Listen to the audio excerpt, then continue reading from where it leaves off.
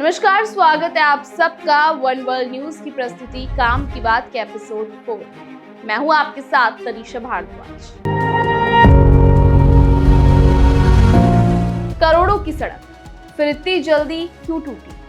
देखिए ये गड्ढे, देखिए ये दरारें और देखिए सड़क का ये हिस्सा कैसे धंस गया।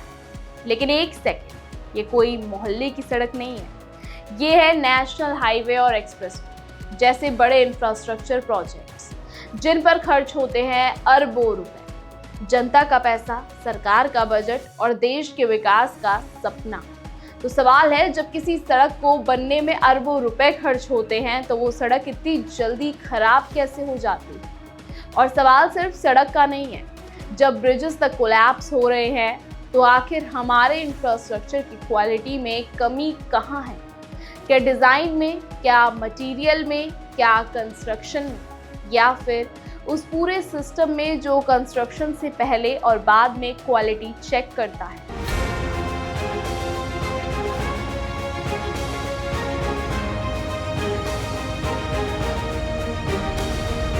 सबसे पहले आप देखिए लखनऊ कानपुर एक्सप्रेसवे की तस्वीर। करीब 4,200 करोड़ की लागत से बना लगभग 63 किलोमीटर लंबा एक्सप्रेसवे जुलाई में ट्रैफिक के लिए खोला गया, लेकिन इसके शुरू होने के कुछ ही समय बाद इसके एक हिस्से में करीब 300 मीटर तक रोड स्लिपेज की खबर सामने आई। इसके बाद NHAI ने टोल कलेक्शन सस्पेंड किया और रिपेयर तथा जांच की कार्रवाई शुरू।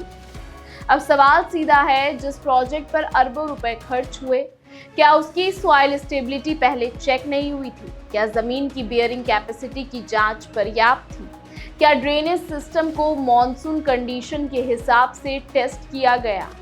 क्या कंस्ट्रक्शन मटेरियल और कॉम्पैक्शन की क्वालिटी को पर्याप्त तरीके से वेरीफाई किया गया? और सबसे बड़ा सवाल, अगर ये सभी टेस्ट होते हैं तो फेलियर की गुंजाइश इतनी जल्दी कैसे पैदा हो गई?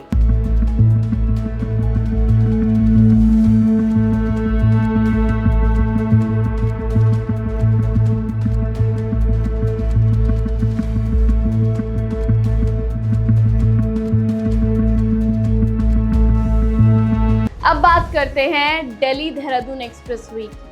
शामली के पास इसके एक हिस्से में भारी बारिश के बाद रोड केव-इन की घटना सामने आई। NHAI के मुताबिक वाटर स्टैग्नेशन और परमानेंट क्रॉस ड्रेनेज सिस्टम से जुड़ी समस्या इसके पीछे थी और डैमेज पोर्शन को रिपेयर किया गया। लेकिन सवाल यहाँ भी वही है, मॉनसून हमारे देश में कोई सरप्राइज नहीं है। हर साल बारिश होती है, तो फिर ड्रेनेज की प्लानिंग और टेस्टिंग प्रोजेक्ट का सबसे अहम हिस्सा क्यों नहीं होना चाहिए? अगर ड्रेनेज सिस्टम पूरी तरह रेडी नहीं था तो रोड को पब्लिक यूज के लिए फिट किस आधार पर किया गया? अब बात करते हैं गंगा एक्सप्रेसवे की। करीब 36,230 करोड़ रुपए की लागत से बना और करीब 594 किलोमीटर लंबा यह एक्सप्रेसवे मेरठ से प्रयागराज को जोड़ता है। इसका लोकार्पण प्रधानमंत्री नरेंद्र मोदी ने 29 अप्रैल 2026 को हरदोई में किया था। लेकिन बारिश के बाद इस एक्सप्रेसवे के एक हिस्से से ऐसी तस्वीर सामने आई जिसने निर्माण की क्वालिटी पर सवाल खड़े कर दिए। हसनपुर तहसील क्षेत्र में फयाजनगर और सधरा मिलक के बीच बारिश के बाद एक्सप्रेसवे की सड़क अचानक धंस गई। सड़क में गड्ढा बनने से वहां से गुजरने वाले वाहनों के लिए हादसे का खतरा पैदा हो गया। मामले की जानकारी मिलते ही एक्सप्रेसवे कर्मचारियों ने मौके पर पहुंचकर ट्रैफिक को नियंत्रण किया और वाहन चालकों से धीमी गति से चलने की अपील की। इसके बाद JCB की मदद से सड़क की मरम्मत शुरू की गई और करीब 3 घंटे में डैमेज पोर्शन को ठीक कर दिया गया। गनीमत रही कि जिस वक्त सड़क धंसी कोई वाहन इसकी चपेट में नहीं आया और बड़ा हादसा टल गया। लेकिन सवाल यहाँ भी वही है, इतने बड़े प्रोजेक्ट की सड़क बारिश के बाद इतनी जल्दी कैसे धंस गई? और जब प्रोजेक्ट पर करीब 36,000 करोड़ रुपए खर्च हुए तो क्या कंस्ट्रक्शन से पहले सॉइल स्टेबिलिटी, ड्रेनेज और लोड बियरिंग कैपेसिटी की पर्याप्त जांच हुई थी? रिपोर्ट के मुताबिक इस प्रोजेक्ट में अडानी समूह की करीब 80% हिस्सेदारी है। ऐसे में सवाल और भी बड़ा हो जाता है, अगर कंस्ट्रक्शन क्वालिटी पर सवाल उठ रहे हैं तो अकाउंटेबिलिटी किसकी तय होगी? सड़क की मरम्मत तो 3 घंटे में हो गई, लेकिन क्वालिटी पर उठे सवालों का जवाब कौन देगा? और सबसे अहम, क्या ये सिर्फ बारिश का असर था या कहीं कंस्ट्रक्शन और क्वालिटी कंट्रोल में भी कमी रह गई? लेकिन अब जरा तस्वीर का दूसरा पहलू देखें। झारखंड की एमएलए कॉलोनी के साफ सुथरे roads, houses, park, children facility. आप देखिए झारखंड की एमएलए कॉलोनी, यहाँ इंफ्रास्ट्रक्चर को देखिए, एमएलए के घरों को देखिए, सड़कें कितनी नीट एंड क्लीन है, वहाँ के पार्क देखिए, बच्चों के लिए फैसिलिटीज देखिए। अगर यहाँ हो सकता है तो आम जनता के लिए क्यों नहीं? अगर ये सिर्फ दूर से देखने की बात नहीं है, हम इस स्पेशल रिपोर्ट में वो इमेजेस भी दिखा रहे हैं जहाँ लोगों ने खुद जाकर इसकी पड़ताल की। देखिए किस तरीके से इंफ्रास्ट्रक्चर को मेंटेन किया गया है। अब सवाल ये है, जब एमएलए कॉलोनी में बेहतर इंफ्रास्ट्रक्चर बनाया और मेंटेन किया जा सकता है, तो वही स्टैंडर्ड एक कॉमन सिटीजन को क्यों नहीं मिल सकता? क्या अच्छी सड़क सिर्फ वीआईपी इलाके की जरूरत है? क्या साफ सुथरे पार्क और पब्लिक फैसिलिटी सिर्फ खास लोगों के लिए है? आम आदमी भी टैक्स देता है, आम आदमी भी सड़क पर चलता है, उसके बच्चे भी पार्क में खेलते हैं, तो फिर इंफ्रास्ट्रक्चर की क्वालिटी में ये फर्क? यही तो काम की बात है। मुद्दा किसी एमएलए की कॉलोनी से शिकायत करना नहीं, मुद्दा ये पूछना है कि जो क्वालिटी वहाँ पॉसिबल है वो हर नागरिक के लिए पॉसिबल क्यों नहीं? और ये समस्या सिर्फ एक दो जगह की नहीं है। बारिश आते ही देश के कई हिस्सों से रोड के टूटने, धंसने और डैमेज होने की तस्वीरें सामने आने लगती हैं। तेलंगाना और हैदराबाद में बारिश के बाद रोड्स के डैमेज और टूटने की तस्वीरें सामने आई, और दूसरी तरफ बिहार में ब्रिजेस के गिरने की घटनाओं ने भी इंफ्रास्ट्रक्चर क्वालिटी और मेंटेनेंस पर गंभीर सवाल खड़े किए हैं। कहीं सड़क टूट रही है, कहीं रोड केव इन हो रही है, कहीं रिटेनिंग वॉल फेल हो रहा है और कहीं ब्रिज कोलैप्स हो गया। तो सवाल अब सिर्फ एक सड़क का नहीं है, सवाल पूरे इंफ्रास्ट्रक्चर सिस्टम का है। क्या हमें जीरो एरर अप्रोच चाहिए? यहीं से बात आती है क्वालिटी कंट्रोल की। दुनिया की इंडस्ट्रीज में डिफेक्ट कम करने के लिए और प्रोसेसेस को लगातार इम्प्रूव करने के लिए सिक्स सिग्मा जैसे क्वालिटी मैनेजमेंट अप्रोचेस इस्तेमाल किए जाते हैं। तो इंफ्रास्ट्रक्चर प्रोजेक्ट्स में सवाल है, क्या हमें भी इसी तरह की डाटा ड्राइवन और सिस्टमैटिक क्वालिटी अप्रोच को और मजबूत नहीं करना चाहिए?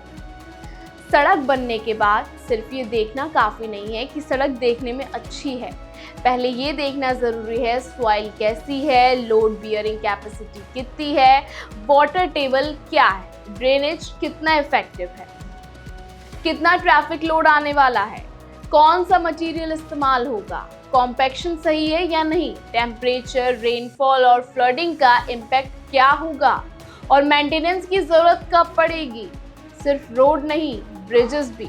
और हमें इस डिस्कशन को सिर्फ रोड्स तक सीमित नहीं रखना, क्योंकि ब्रिजेस के कोलैप्स और स्ट्रक्चरल फेलियर की घटनाएं भी सामने आती रही। तो सवाल है, क्या ब्रिज की डिज़ाइन और कंस्ट्रक्शन से पहले हर पॉसिबल रिस्क का सिस्टमैटिक असेसमेंट होता है? किस लोड तक स्ट्रक्चर सुरक्षित रहेगा, फ्लड आए तो क्या होगा, फाउंडेशन पर सॉइल का क्या इम्पैक्ट होगा, हैवी रेनफॉल में स्ट्रक्चर का बिहेवियर कैसा रहेगा, और अगर कोई एरिया अर्थक्वेक प्रोन है तो क्या इंफ्रास्ट्रक्चर को उस एरिया से सिस्मिक रिस्क के हिसाब से डिज़ाइन और टेस्ट किया जाता है। दुनिया के अर्थक्वेक प्रोन देशों से भी हमें सीखना चाहिए। जापान में अर्थक्वेक कोई अनकॉमन घटना नहीं है, इसलिए वहाँ इंफ्रास्ट्रक्चर प्लानिंग में सिस्मिक सेफ्टी एक क्रिटिकल कंसिडरेशन है। तो भारत में भी सवाल होना चाहिए, किस एरिया में अर्थक्वेक रिस्क ज़्यादा है, वहाँ इंफ्रास्ट्रक्चर किस सिस्मिक स्टैंडर्ड के हिसाब से बनाया जा रहा है, कितनी इंटेंसिटी तक स्ट्रक्चर को सुरक्षित रहना चाहिए, क्या डिज़ाइन उसी हिसाब से है, क्या कंस्ट्रक्शन के बाद इंडिपेंडेंट स्ट्रक्चर टेस्टिंग होती है, क्योंकि डिज़ास्टर को हमेशा रोका नहीं जा सकता, लेकिन डिज़ास्टर का इम्पैक्ट कम करने की तैयारी ज़रूर की जा सकती है। जिम्मेदार कौन? एक हाईवे या ब्रिज अकेले कोई एक एजेंसी नहीं बनाती। इस पूरी चेन में होते हैं ministry, NHAI, government agencies, contractors, consultants, engineers, quality auditors और इंस्पेक्शन टीम्स। तो सवाल हर स्टेक होल्डर से होना चाहिए, डिज़ाइन किसने अप्रूव किया, सॉइल और लोड बियरिंग टेस्ट किसने किया, कंस्ट्रक्शन क्वालिटी किसने चेक की, मटेरियल की टेस्टिंग किसने की, ड्रेनेज सिस्टम किसने वेरीफाई किया, सेफ्टी स्टैंडर्ड किसने सर्टिफाई किए, साइट इंस्पेक्शन किसने की, और सबसे ज़रूरी प्रोजेक्ट को पब्लिक यूज़ के लिए फिट किसने घोषित किया। और अब सबसे बड़ा सवाल पैसा। इंफ्रास्ट्रक्चर में पैसा जनता का लगता है, जनता टैक्स देती है, सरकार प्रोजेक्ट बनाती है, और अगर कंस्ट्रक्शन में डिफेक्ट निकलता है, रोड फिर से रिपेयर होती है, तो सवाल है उस रिपेयर का बिल कौन भरेगा, सरकार, कॉन्ट्रैक्टर, कंसेशनरी या फिर आखिरकार जनता। अगर गलती कॉन्ट्रैक्टर की है तो क्या जनता के पैसों से दोबारा पेमेंट होनी चाहिए? और अगर किसी ऑफिसर, कंसल्टेंट या एजेंसी की नेग्लिजेंस सामने आती है तो अकाउंटेबिलिटी सिर्फ कागज पर होगी या जिम्मेदारी भी तय होगी? लेकिन सिर्फ सवाल पूछना समाधान नहीं है, और यही काम की बात सिर्फ सवाल नहीं, सॉल्यूशन की बात भी करना चाहती है। हम चाहते हैं कि technical experts, civil engineers, structural engineers, geotechnical experts, quality control specialist और इम्प्लीमेंटिंग गवर्नमेंट एजेंसी एक साथ बैठें, सवाल पर बहस करने के लिए नहीं बल्कि सॉल्यूशन बनाने के लिए। ऐसा सिस्टम कैसे बने जिसमें प्रोजेक्ट शुरू होने से पहले रिस्क असेसमेंट हो, सॉइल और लोड बियरिंग कैपेसिटी की प्रॉपर टेस्टिंग हो, ड्रेनेज की टेस्टिंग हो, मटेरियल क्वालिटी की इंडिपेंडेंट वेरिफिकेशन हो, कंस्ट्रक्शन को हर क्रिटिकल स्टेज का ऑडिट हो, अर्थक्वेक प्रोन एरियाज में सेस्मिक स्टैंडर्ड्स का स्ट्रिक्ट कॉम्प्लायंस हो, ब्रिजेस और मेजर स्ट्रक्चर्स का रेगुलर स्ट्रक्चर हेल्थ असेसमेंट हो, और प्रोजेक्ट पब्लिक यूज़ में आने से पहले उसकी सेफ्टी का इंडिपेंडेंट असेसमेंट हो। क्योंकि हमें सिर्फ रिपेयर कल्चर नहीं चाहिए, हमें प्रिवेंशन कल्चर भी चाहिए, और शायद यही असली क्वालिटी कंट्रोल है।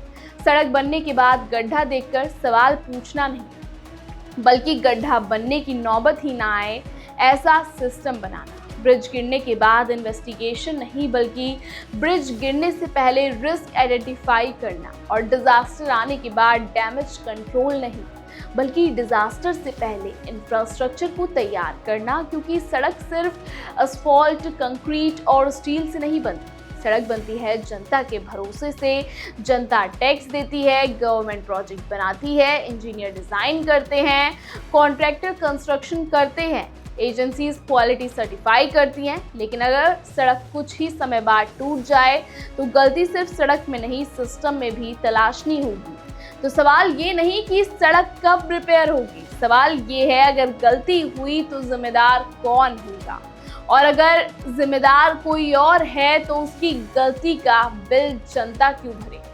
क्योंकि विकास सिर्फ सड़क बनाने का नाम नहीं है, और अगर एमएलए कॉलोनी में क्वालिटी इंफ्रास्ट्रक्चर पॉसिबल है तो आम आदमी के लिए क्यों नहीं? सवाल पूछते रहिए, क्योंकि सड़क पर पड़ा हर गड्ढा सिर्फ एक गड्ढा नहीं है, अकाउंटेबिलिटी का सवाल है। अगर आपके इलाके में भी सड़क टूटने, पुल गिरने या निर्माण की खराब क्वालिटी से जुड़ी कोई परेशानी हुई है तो अपनी आवाज़ हम तक ज़रूर पहुंचाइए।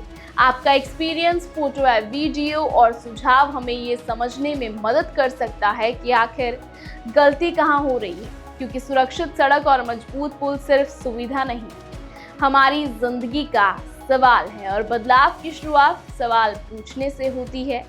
यही है काम की बात।